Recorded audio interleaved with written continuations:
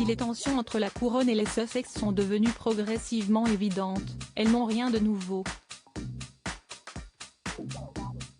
Dans leur biographie Finding Freedom, consacrée au prince Harry et à Meghan Markle, le journaliste Omid Scobie et la productrice Caroline Durand ont révélé que, pour leur mariage, le petit-fils de Sa Majesté Elisabeth II avait souhaité être aux petits soins pour sa belle.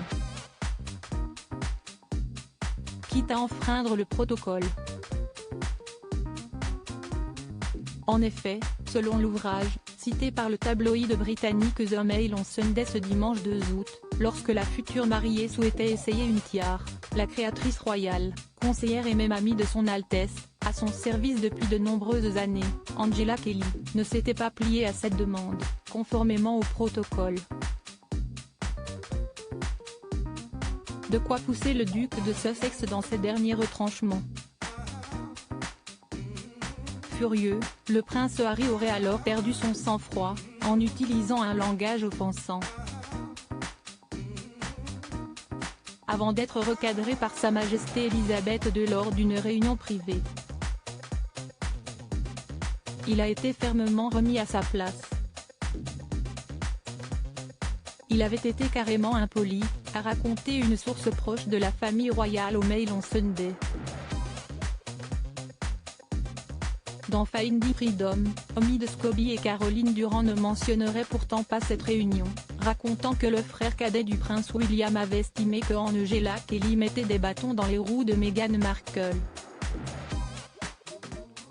Il aurait pensé que la vieille garde de Buckingham n'aimait tout simplement pas Meghan et ne reculerait devant rien pour lui rendre la vie difficile.